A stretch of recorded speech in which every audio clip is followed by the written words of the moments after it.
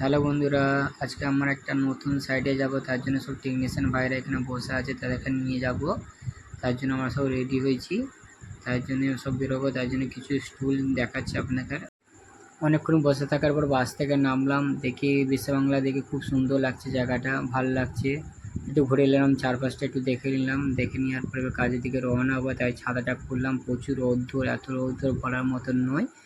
একটা ছাতা দুজনে শেয়ার করে নিচ্ছি।